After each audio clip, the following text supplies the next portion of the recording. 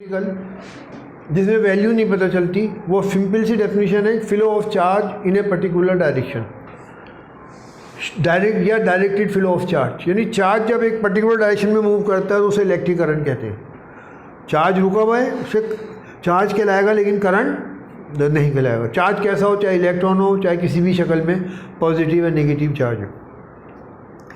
ठीक है।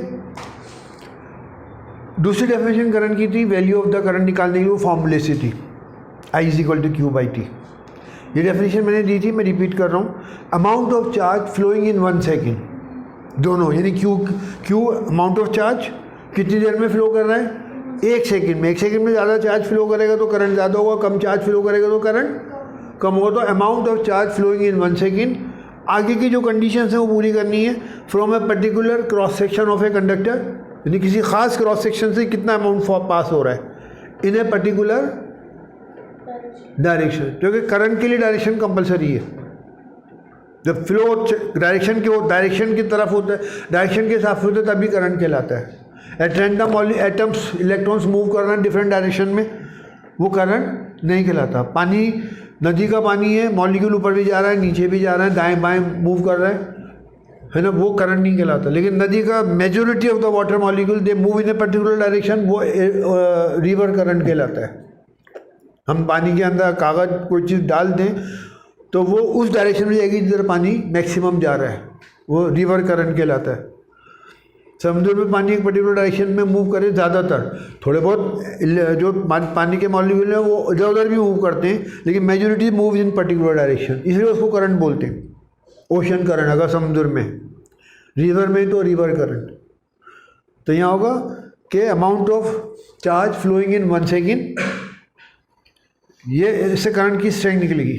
आगे flowing in 1 second from a particular cross section of an object to a of an object, बस ये of a conductor, कुछ भी कह सकते हैं, ऑब्जेक्ट भी कह सकते हैं, कंडक्टर भी, कंडक्टर से करंट फ्लो करेगा to a particular direction, from a particular cross section to a particular direction. अब इसके हम मैंने इसको आप डेफिनेशन दी थी 1 एम्पियर। जब यूनिट डिफाइन करें तो सबकी वैल्यू इस तरह वैल्यू फॉर्मूले में पुट करने के आंसर 1 आए, तो ईजीएस्ट वे के ऊपर भी 1 कर दो न्यूमरेटर में और डिनोमिनेटर में भी 1 कर दो, 1/1 होता है। तो और यूनिट सबके लिख दो। तो इफ़ 1 कूलम चार्ज, और इससे शुरू करके देन पे ख़त्म करोगे जल्दी याद हो जाएगा। If 1 coulomb charge flows in 1 second, 1 coulomb charge flows in, आगे की कंडीशंस वही हैं, from a particular cross section of a conductor to a particular direction, then the current flowing through the conductor या current passing through the conductor, है ना, is known as is 1 ampere. Is, क्योंकि current का unit ऐसा unit ampere है। अगर आपको 6 ampere define करना है तो फॉर्मूले में इस तरह वैल्यू पुट करो कि 6 आ जाए, तो आसानी के लिए न्यूमरेटर में 6 कूलम कर दो, डिनोमिनेटर में 1 सेकेंड, तो 6/1 6 बन जाएगा। तो if 6 coulomb charge flows in 1 second from a particular cross section of a conductor to a particular direction, then the current flowing through the conductor will be 6 ampere. आप 20 ampere 100 ampere कुछ भी define कर सकते हैं इस तरह से। फिर मैंने आपको पढ़ाया था potential at a point. Potential जो ये एनर्जी इंडिकेट करता है, चार्ज के ऊपर जो एनर्जी आ गई है। अब वो पोटेंशियल में जिस एनर्जी की हम बात कर रहे हैं, जब हम पोटेंशियल एट ए पॉइंट कहेंगे तो चार्ज इन्फिनिटी से आया है। हम ये एज्यूम करेंगे चार्ज कहाँ से आया है, किसी बहुत दूर किसी पॉइंट से आया है, उस पॉइंट को भी इन्फिनिटी मान के चलना है कि उस पॉइंट से जहाँ से चार्ज आया तो जो उसमें एनर्जी आई है या कम हुई है वो उस पॉइंट का पोटेंशियल है जिस जगह पे यूनिट चार्ज आया है। यूनिट चार्ज में कितनी एनर्जी इन्वॉल्व हुई है लाने में, है ना, एनर्जी। अब इसमें ये याद रखिएगा कि पॉजिटिव चार्ज जो होता है वो हमेशा higher potential to lower potential जाता है, हमेशा। ये वो है। और negative charge is always move from lower to higher, ये रूल है। नेगेटिव बिल्कुल पॉजिटिव के अपोजिट जाता है। इस डायरेक्शन चार्ज करंट की क्या लेते हैं, जो करंट की flow charge in particular direction, तो कौन सी डायरेक्शन ले, तो डायरेक्शन के लिए फॉर्मूले जितने भी हम आगे फॉर्मूले यूज़ करेंगे उनमें हम डायरेक्शन पॉजिटिव चार्ज की डायरेक्शन को करंट की डायरेक्शन मानते हैं, चाहे वो हो या पॉजिटिव नहीं है, इसका मतलब इलेक्ट्रॉन होंगे। तो जो करंट की डायरेक्शन है इलेक्ट्रॉन की डायरेक्शन उसके अपोजिट होती है. If electrons are moving from east to west, direction of current will be taken west to east. तो ये डायरेक्शन ऑफ करंट हमेशा पॉजिटिव चार्ज की डायरेक्शन को कन्वेंशन के तौर पे मानते हैं कि जो पॉजिटिव डायरेक्शन जिधर चार्ज मूव करेगा वही करंट की डायरेक्शन होगी. और अगर पॉजिटिव नहीं है, नेगेटिव है, तो इसका मतलब ये है कि नेगेटिव जो होगा वो हमेशा पॉजिटिव के अपोजिट मूव करता है. तो अगर नेगेटिव की डायरेक्शन मालूम है तो हम करंट की डायरेक्शन बता सकते हैं उसके अपोजिट. ये बात समझ में आ गई. तो पोटेंशियल की क्या डेफिनेशन दी थी? Work done in when a unit charge, work done involve when a unit charge is brought या comes from infinity to a given point. वो एक पॉइंट है ए जिसका पोटेंशियल पता लगा रहा है. उस पॉइंट में यूनिट चार्ज को लाने में जितनी वर्क डन हो रहा है, जितनी एनर्जी इन्वॉल्व है, वो उस पॉइंट का पोटेंशियल है. पुरानी डेफिनेशन दी जाती थी वो पॉजिटिव चार्ज को मान के डेफिनेशन देते थे. अब ये कि भाई चाहे पॉजिटिव हो चाहे नेगेटिव हो, वर्क डन उतना ही होगा. जो पॉजिटिव चार्ज में जितना वर्क डन है उतना ही वर्क डन. फर्क होगा कि पॉजिटिव चार्ज ने उतनी एनर्जी गेन की है, नेगेटिव चार्ज जब आएगा उसी पॉइंट पे उतनी एनर्जी लूज करेगा, उसका उल्टा. और पॉजिटिव लूज कर रहा है तो नेगेटिव गेन करेगा, और नेगेटिव लूज कर रहा है तो पॉजिटिव गेन करेगा. तो पोटेंशियल डिफरेंस की क्या डेफिनेशन दी थी मैंने? पोटेंशियल डिफरेंस, अब ये टर्म वाइज याद करिए. पोटेंशियल एट ए पॉइंट बोलते हैं, और जब दो पॉइंट हो तो potential difference across two points बोलते हैं. पोटेंशियल डिफरेंस अक्रॉस, एक पॉइंट ए एक बी है, अब बीच में हजारों पॉइंट हैं, हम पोटेंशियल डिफरेंस एंड पॉइंट्स को ले रहे हैं, उनको निकाल रहे हैं, बीच के पॉइंट को कंसीडर नहीं कर रहे हैं. तो उनके बीच में जो डिफरेंस होगा इन शॉर्ट टर्म, पोटेंशियल का जो डिफरेंस दो पॉइंट्स के बीच में होगा वो पोटेंशियल डिफरेंस कहलाता है. लेकिन डिफाइन एनर्जी की टर्म्स में करना है. तो amount of work done by unit charge, यानी यूनिट चार्ज में कितना वर्क डन हो रहा है उसको देखते हैं.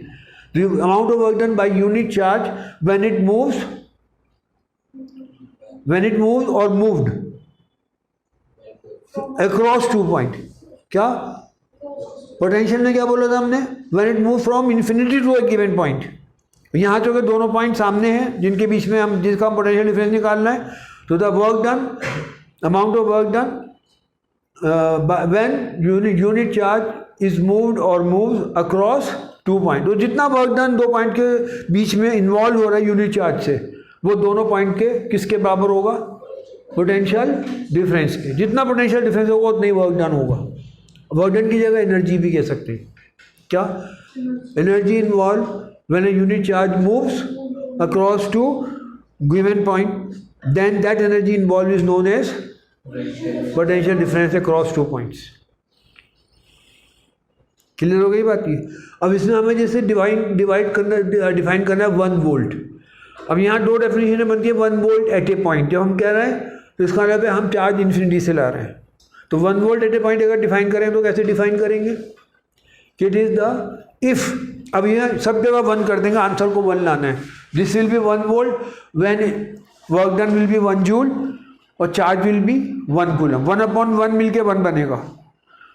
समझ में आया? तो हम कहेंगे if 1 joule work is done by unit नहीं बोलेंगे, सबका यूनिट बोलना है, क्योंकि यूनिट के अंदर सबके यूनिट लिखने पड़ते हैं. फॉर्मूले के हिसाब से याद हो जाएगा. If 1 joule work is done by 1 coulomb charge when it is brought, when it moves और is moved from infinity to a given point, then this work done is known as potential at the given point. Then the potential at the given point will be 1 volt, क्योंकि ये 1/1 1 बन जाएगा. Then the potential at the given point will be 1 volt. और अगर हम 1 volt potential difference को define करना चाहते हैं तो कैसे बोलेंगे? If 1 joule work is done by 1 coulomb charge when it moves और moved across 2 points, then potential across the 2 point, potential difference across the 2 point will be 1 volt. और आपको 6 वोल्ट डिफाइन करना है. यह हमारा मेन जो 220 वोल्ट है, तो हम 220 वोल्ट डिफाइन करें तो यहाँ पे 220 जूल अपॉन 1, 220 अपॉन 1 करेंगे तो आंसर 220 आएगा. जो हमें चाहिए वैल्यू वही यहाँ पे न्यूमरेटर में वो वैल्यू लिख दें, डिनोमिनेटर को 1 कर दें तो वही वैल्यू आएगी जो हमें चाहिए. हमें 220 वोल्ट चाहिए तो 220 वो इजी है डिफाइन करना.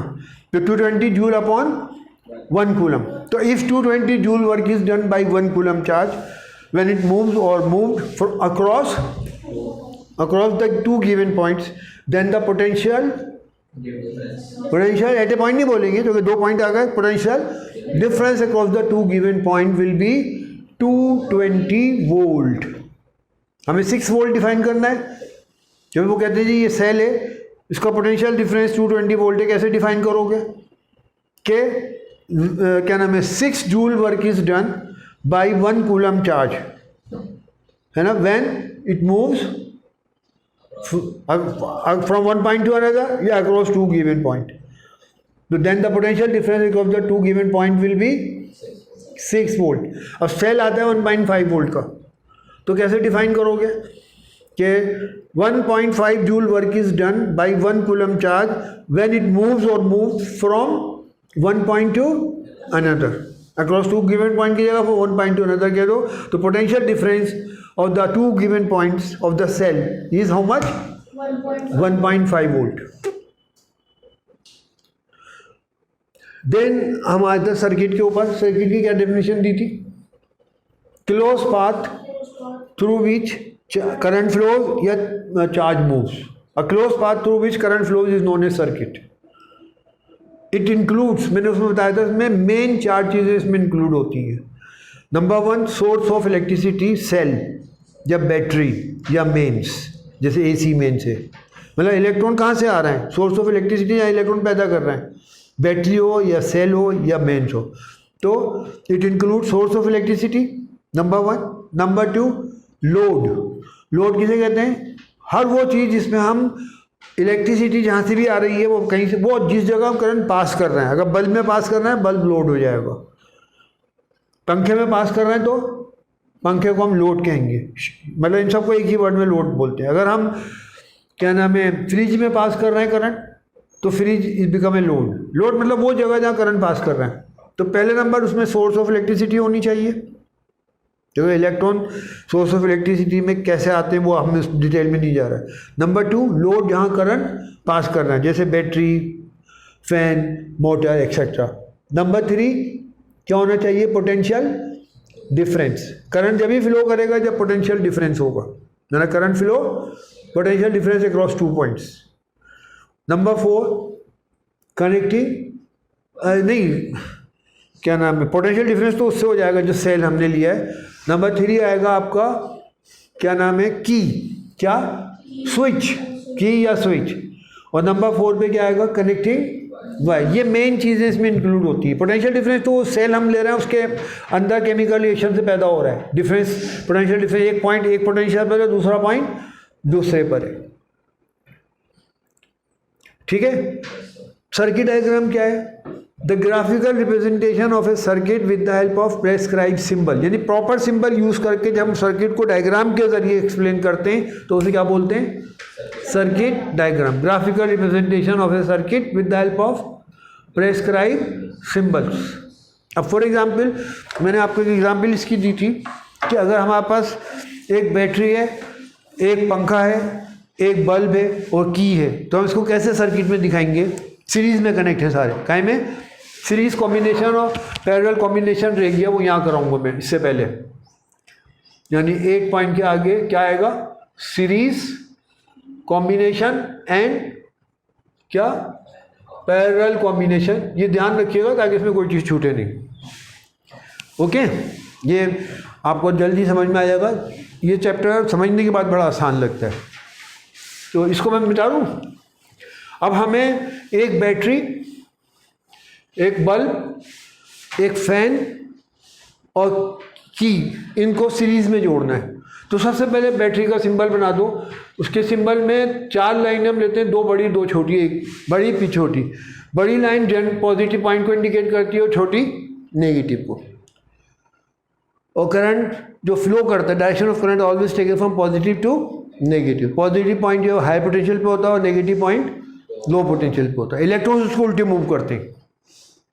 अब इसको हमने कनेक्शन करना, चाहे नेक्स्ट लाइन में कर दें चाहे वर्टिकल कर दें, इससे कोई फर्क नहीं पड़ता। सीरीज में कोई फर्क नहीं पड़ता आगे पीछे करने से। हमने यहाँ पे की लगा दी, ये की का सिंबल है। की के 2 सिंबल है, या तो ये बना दो और या ऐसे बना दो, दबाएंगे स्विच ऑन हो जाएगा।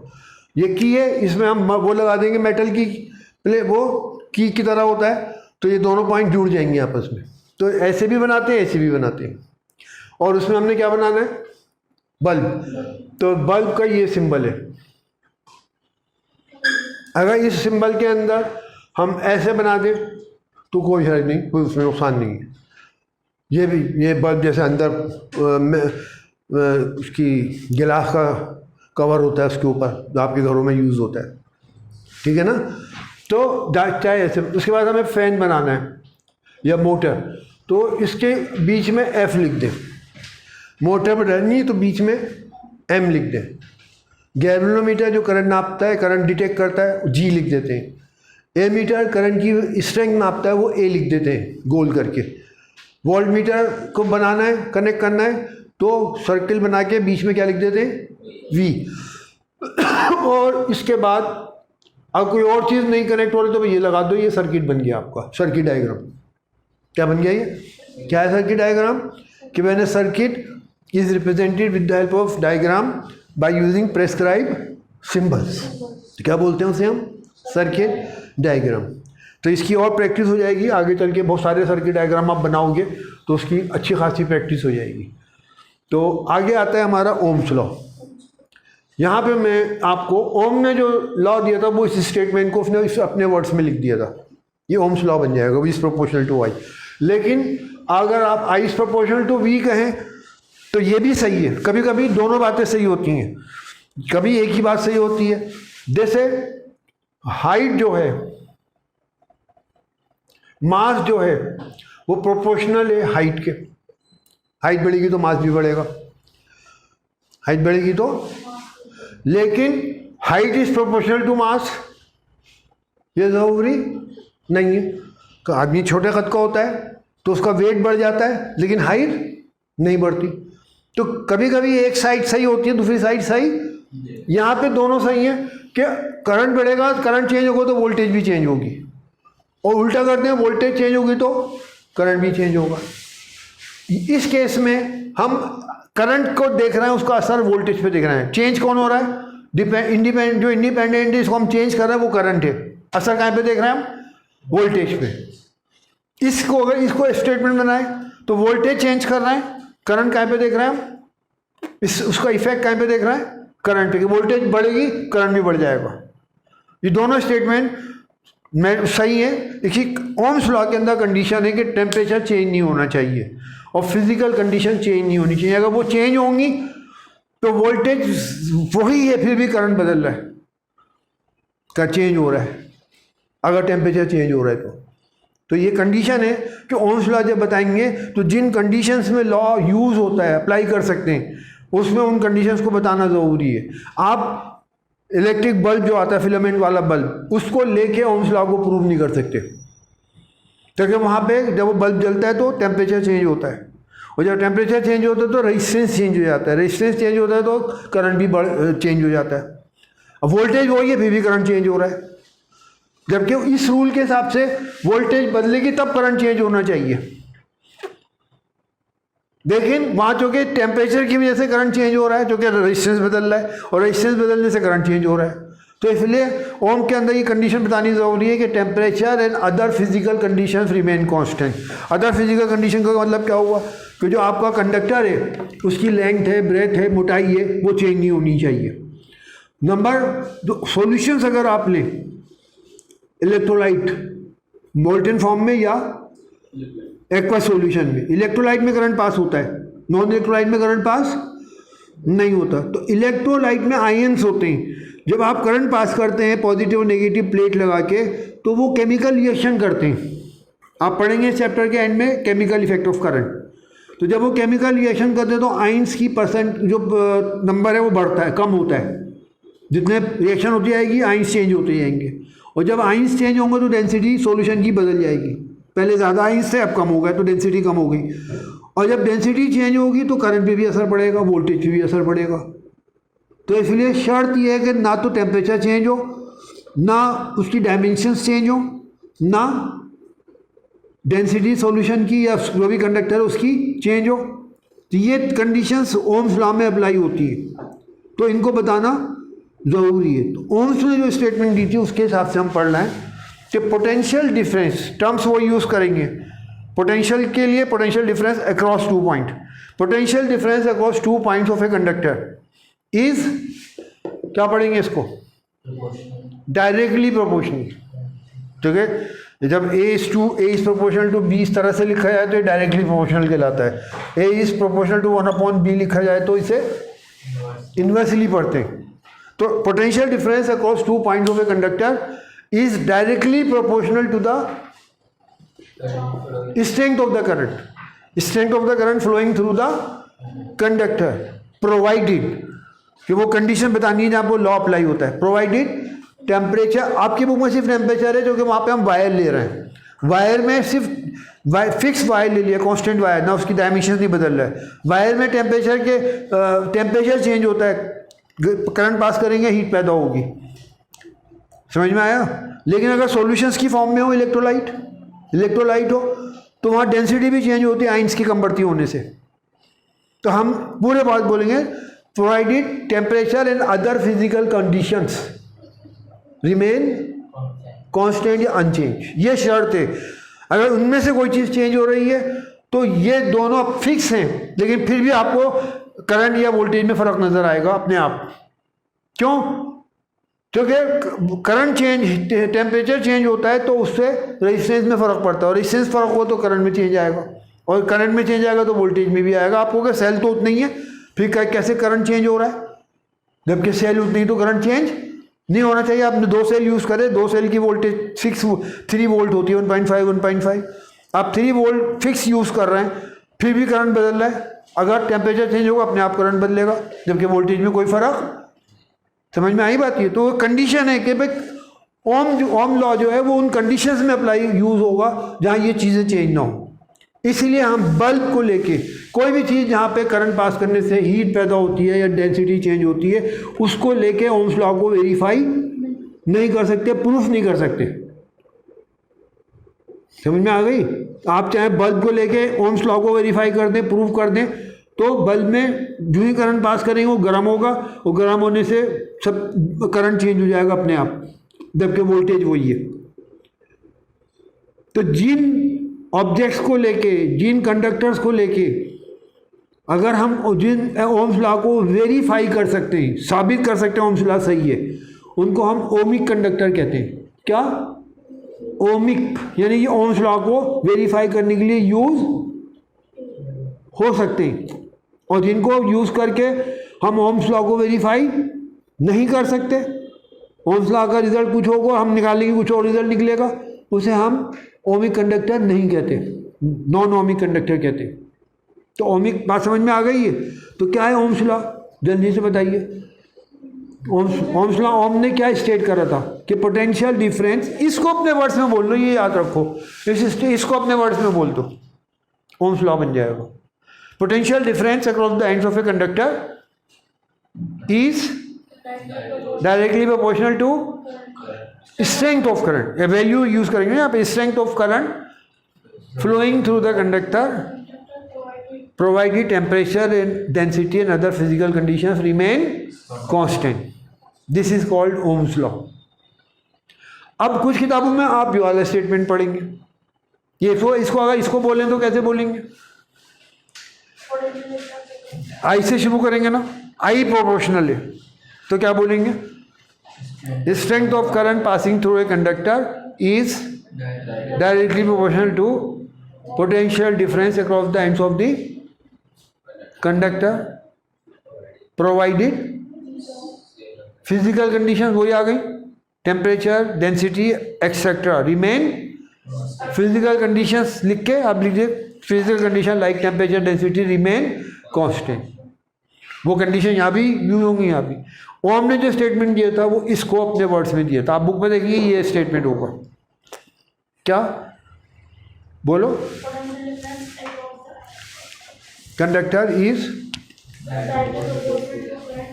To strength of current flowing through the conductor या passing through the conductor given conductor given word भी बोल लो, जो कंडक्टर चेंज नहीं होना चाहिए, passing through the given conductor provided and other physical condition remain unchange. तो फिलामेंट वाला बल्ब को हम यूज़ कर लेकर ओम्स लॉ को वेरीफाई कर सकते हैं, क्यों नहीं कर सकते? ठीक है, जो ही करंट पास करेंगे वो गर्म हो जाएगा। समझ में आया? तो रिजल्ट कुछ और निकलेगा, ओम्स लॉ कुछ और कह रहा है, वहाँ रिजल्ट कुछ और निकलेगा। ये पॉइंट समझ में आ गया ये?